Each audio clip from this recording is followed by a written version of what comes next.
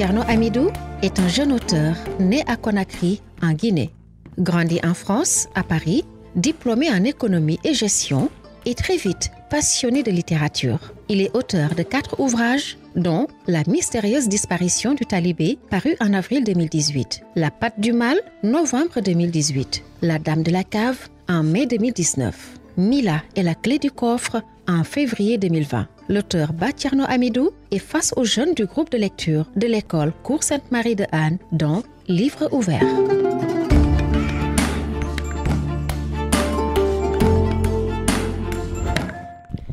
Bonjour à tous. Aujourd'hui, le club de lecture du CDI des Cours Sainte-Marie de Anne va accueillir Thierno Hamidou, auteur du livre La mystérieuse disparition du talibé. Il y a 6 ans, alors que je n'avais que 8 ans, l'école maternelle et primaire Mariam Gueye avait été construite au HLM sur un espace de jeu qui nous servait de lieu pour jouer au foot. Mais le terrain était trop grand, alors seulement une partie avait été utilisée pour la construction de l'école. Le côté non construit faisait l'objet d'un litige opposant l'école et son voisin, chacun revendiquant l'espace inoccupé. Cette partie était infestée d'ordures et de bouteilles, mais un petit coin derrière l'une des salles était resté épargné. Le mur arrière de la salle, il y avait un trou qui avait été bouché avec du carton. Lorsqu'on le retirait, on avait une vision de toute la classe et du tableau. Le trou faisait dos aux écoliers. Seul M. Touré, le professeur, qui lui faisait face, apercevait mon œil épieur et savait que je venais là chaque lundi et chaque jeudi. Je sentis très tôt que cette école, qui ouvrait ses portes, était pour moi la seule porte de sortie honorable de la condition de talibé. J'avais également une passion pour la langue française et l'histoire, qui m'apprenait énormément sur les autres pays et leur culture. En réalité, j'avais toujours été curieux.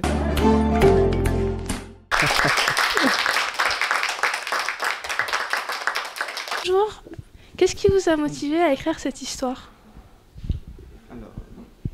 Au peuple du Mariste, namasté. J'avais vraiment envie de faire ça parce que la posture dans laquelle on m'a mise est très théâtrale et romanesque. Avant de répondre à cette première question, permettez-moi de saluer et remercier profondément Madame Khan, toute son équipe, ainsi que Madame Ekwala, ainsi que l'ensemble de l'établissement des Maristes de m'avoir invité. C'est la 2e fois et c'est un très grand plaisir. Merci beaucoup à vous aussi également qui faites partie du membre de ce club de lecture et merci pour ce bel extrait. Alors qu'est-ce qui m'a motivé à écrire ce premier ouvrage? C'est une indignation suite à la lecture d'une coupure de presse que j'avais lue en 2017. Alors cette coupure de presse relatait la disparition d'un jeune talibé. Et je dois dire que quand j'ai lu cet extrait, j'ai eu des frissons, des sentiments très forts. Je dirais même que j'ai eu presque les larmes aux yeux. J'ai fait des recherches. J'ai vu que ce n'était pas un cas isolé. Il y avait des enfants talibés qui disparaissaient ici à Dakar, qui étaient maltraités, abandonnés. Et donc j'ai eu envie de retranscrire ce que j'ai ressenti sur le plan émotionnel. Et puis j'ai eu envie de... Vous savez, quand on lit quelque chose, on a toujours des images, des extraits qui nous traversent. J'ai eu envie de retranscrire ça sur le papier. Et c'est comme ça qu'est née l'histoire de ce jeune Thierno, qui est talibé, qui allait sillonner un peu la ville de Dakar pour aller chercher un de ses amis disparus, qui est Tanou. Et à travers cet ouvrage, j'essaie de montrer un peu ce que j'ai ressenti, la condition de ces enfants et aussi tout ce qu'ils pouvaient rencontrer dans la rue. Bonjour. Alors, moi, ma question serait de savoir si vous avez un message bien précis à transmettre aux jeunes talibés ou à nous à travers ce livre. Je dirais que mon message doit toucher un peu tout le monde. Que ce soit vous, les élèves, que ce soit les organismes privés, que ce soit les gouvernants. Et ce message-là, c'est de dire qu'il y a une urgence. Et cette urgence-là, c'est de sortir ces enfants-là, en fait, de la rue. Parce que ce n'est pas à leur place. En fait, si vous voulez, la seule différence qu'il y a entre ces enfants-là et vous, c'est la rue, en fait. L'éducation qui leur manque.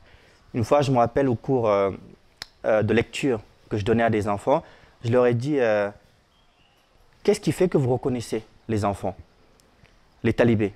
c'est quoi un talibé?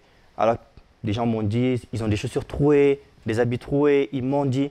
Alors je leur ai dit, si on leur enlève tout ça, qu'ils ne mendient plus, qu'ils n'ont plus de chaussures trouées, de vêtements troués, comment est-ce que vous allez reconnaître les talibés? Et plus personne n'avait de réponse.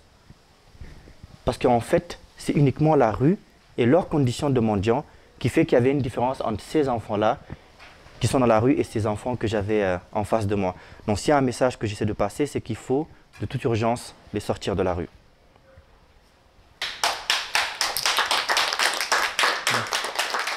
Bonjour. Bonsoir. Alors dites-moi, pensez-vous que la cause des talibés n'est pas assez prise au sérieux? Je ne dirais pas qu'elle n'est pas assez prise au sérieux. Pourquoi? Parce que le gouvernement tente des actions. Il y a des organismes privés qui essaient de recueillir ces enfants. Je peux citer par exemple l'Empire des enfants, qui est une organisation ici, à but non lucratif, qui recueille les enfants de la rue et qui essaie de les insérer dans la société. Il y a des auteurs comme moi qui écrivent sur la thématique des talibés. Je ne suis pas le seul depuis quelques années et ça va encore continuer. Donc je ne dirais pas que la cause n'est pas prise au sérieux. Je dirais juste qu'en fait, le fait que le problème, ce tard de la société, se soit installé dans la durée. Moi, je me rappelle déjà quand j'étais petit, je voyais ces talibés-là. Et le fait que dans le décor, qu'on les voit tout le temps, en fait, ils sont devenus une banalité. Et quand une chose devient une banalité, en fait, on a tendance à la négliger. Mais bon, je ne dirais pas qu'elle n'est pas prise au sérieux.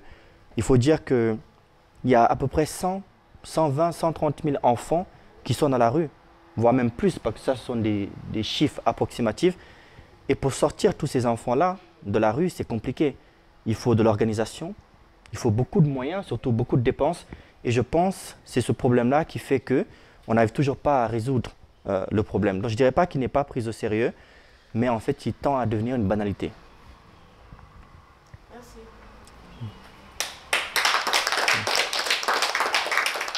Bonjour.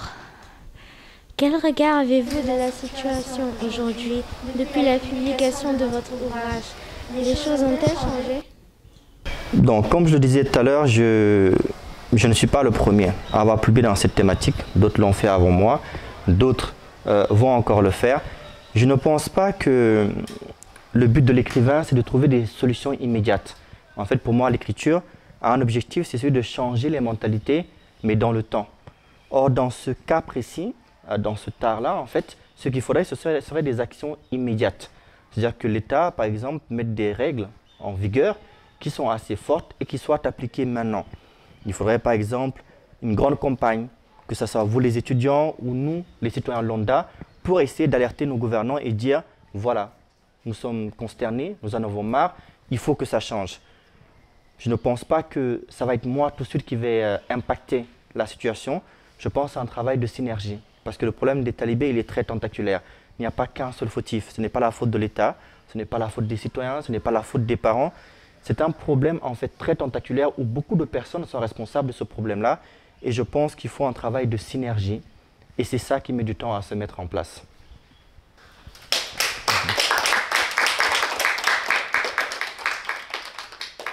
Que pouvons-nous faire pour changer les choses, nous jeunes? C'est une question très pertinente. Qu'est-ce que vous jeunes, vous pouvez faire? Et tout à l'heure, je parlais de la sensibilisation, des campagnes. C'est-à-dire qu'aujourd'hui, par exemple, dans cet établissement, vous pouvez par exemple faire une campagne pour les talibés. C'est-à-dire essayer de passer un message fort pour qu'il soit entendu, que ce soit à travers des illustrations, que ce soit à travers des lectures, que ce soit à travers des collectes que vous allez distribuer à ces enfants-là. Je pense qu'il y a le travail à faire, il est plus intérieur. C'est-à-dire qu'il est important de ne pas voir ces enfants-là comme des déchets, mais comme des victimes. Parce que si vous les voyez comme des déchets, vous allez vouloir vous débarrasser d'eux. Donc vous allez tendre à les ignorer. Mais une fois que vous les voyez comme des victimes, il y a un sentiment de pitié qui va s'instaurer en vous. Et aujourd'hui, vous, les jeunes, vous êtes amenés à être les leaders de demain. Vous êtes amenés à être les ministres, vous êtes amenés à être les députés, vous êtes amenés à être les présidents de ce pays. Et instaurer en vous ce sentiment de pitié et non de répulsion envers ces enfants fera que demain, quand vous serez à la tête de ce pays, vous allez prendre des mesures qui sont radicales pour totalement endiguer le fléau. Donc je pense que le premier travail à faire, il est intérieur. Et je pense que vous êtes déjà dans la première démarche, parce que ouvrir un livre, lire et s'intéresser à une thématique comme celle des enfants, c'est déjà quelque chose de très très fort. Je pense que vous êtes sur la voie.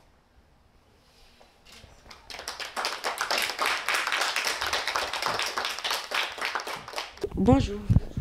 L'éducation est fondamentale pour tous les citoyens. Pourquoi ce droit n'est pas appliqué pour les talibés? C'est une très bonne question. L'éducation est un droit fondamental pour les enfants, tout comme la mendicité est interdite. Tout comme il y a plein de lois qui protègent les enfants et qui sont actuellement en vigueur au Sénégal. Mais le problème qui existe, c'est au moment de l'application de ces lois. Par exemple, normalement, les enfants que vous voyez, il y a des lois qui interdisent qu'ils soient dehors. Mais malheureusement, on est confronté à des problèmes qui sont culturels, nos dogmes culturels. Comment dire, par exemple, à un parent de ne pas frapper son enfant en Afrique? C'est compliqué. Pourtant, il y a des lois qui interdisent ça. Comment dire à une femme qui est en extrême pauvreté, ou une famille qui est en extrême pauvreté, de ne pas confier son enfant à des autorités religieuses ou peu importe, à des orphelinats, etc. C'est très difficile. Et donc, c'est dans ces petites failles qu'il y a des gens qui profitent.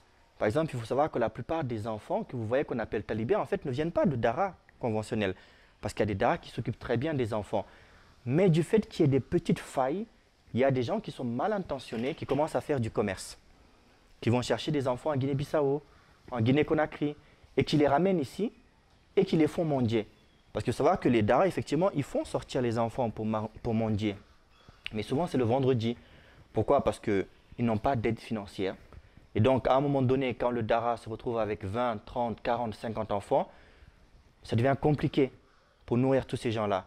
Donc, on leur demande, par exemple, le vendredi, d'aller devant les mosquées. C'est autorisé dans la religion musulmane. Et donc, de demander l'aumône, en fait. Mais, il y en a qui profitent de ces petits écarts de comportement pour faire des choses illicites. Donc, je ne dirais pas qu'en fait, que la loi n'existe pas, elle existe, mais elle est très difficilement applicable. Pourquoi? Parce que, comme je le dis, on a des problèmes culturels qui forment des carcans et qui empêchent, en fait, qu'on applique ces lois-là. Dans certains passages spécifiques, comme celui de la dame, les termes utilisés inspirent l'horreur et la crainte. Sachant qu'ici, en Afrique de l'Ouest, il y a dans certaines ethnies des croyances liées à la magie noire, j'aimerais savoir si ces descriptions si étonnamment précises sont inspirées de ces croyances ou si celles-ci sont purement le fruit de votre imagination. C'est une très très bonne question. Alors, comme vous l'avez dit, tout ce qui est mystique, tout ce qui est paranaturel, fait partie du quotidien des Africains. Moi-même, j'y crois. Qu'on soit musulman ou catholique, on sait que Dieu n'a pas créé que les hommes. Il a créé également les djinns. Et donc, nous avons grandi avec ces croyances-là. Ce n'est pas des choses qui n'existent pas, enfin, du moins pour moi. Et quand on est en Afrique, je pense que forcément, on croit à ce côté-là. Donc, je ne dirais pas que c'est l'imagination pour les Africains. Par exemple, il y a des Occidentaux qui, eux, peuvent penser effectivement que c'est totalement surnaturel, ça ne peut pas exister. Mais ici, je ne dirais pas que ce soit forcément de mon imagination. Moi, par exemple, quand je lis le Coran, je vois qu'on parle des djinns, je vois qu'on parle de ces êtres qui nous entourent mais qu'on ne voit pas et qui sont parfois bons et qui sont parfois mauvais. Et dans ce livre-là, quand je parle de cette dame, de ce démon, de ce djinn, je fais référence aux trucs que je connais, les trucs religieux, mais du côté un peu malsain. Parce qu'il faut savoir que tous ceux qui font la magie noire, qui font les choses mystiques, en fait, ils font appel à ces entités-là que nous ne voyons pas. Que ce soit les gens qui font des sacrifices humains pour devenir riches, des gens qui font des offrandes, etc. En fait, ils font appel à ces entités-là pour obtenir ce qu'ils veulent.